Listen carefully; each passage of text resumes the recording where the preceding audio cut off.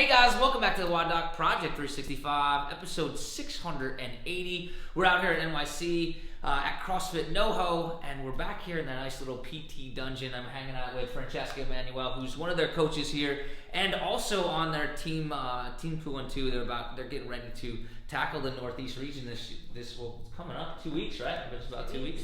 And tonight, what we're doing is we're talking about shoulder evaluations.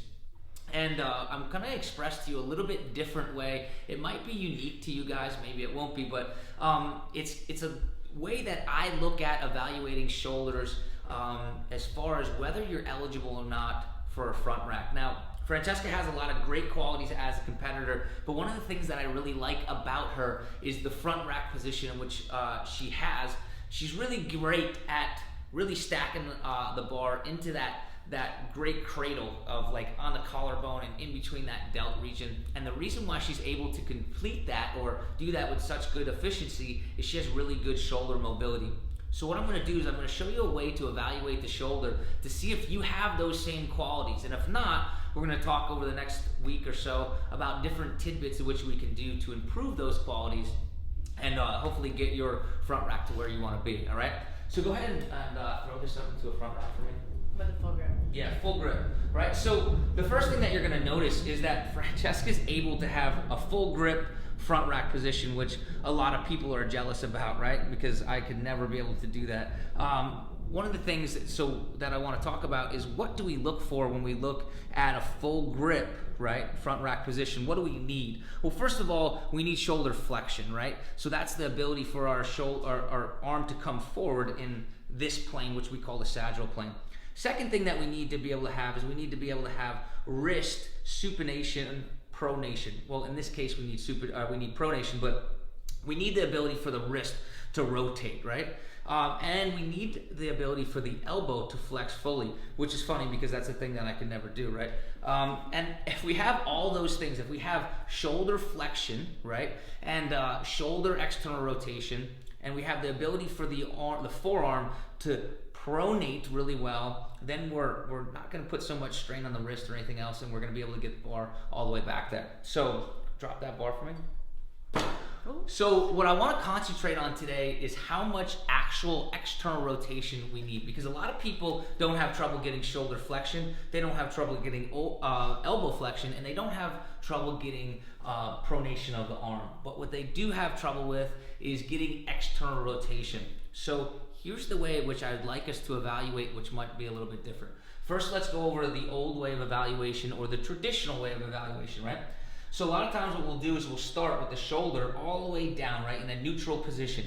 This would be a flex position, this would be an extended position. We're going to call this a neutral position. And then what we would look like doing is we would look at bringing the hand out, and that's what we could do. Hands in a neutral position, we bring the hand out, we say, okay, she gets to about 90 degrees of external rotation. And then we can mess with this. We can bring this up into various degrees of flexion, right?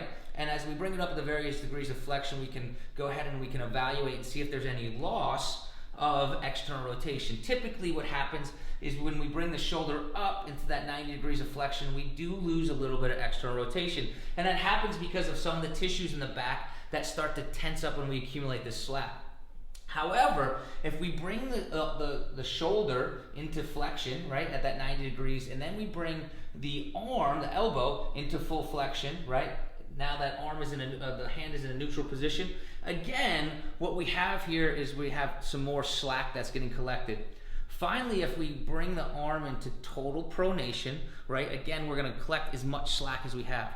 But you can notice this position is great, but there's no external rotation of the shoulder, at least very little at this point. So here's where I want us to start to evaluate the shoulder and see if we have enough external rotation.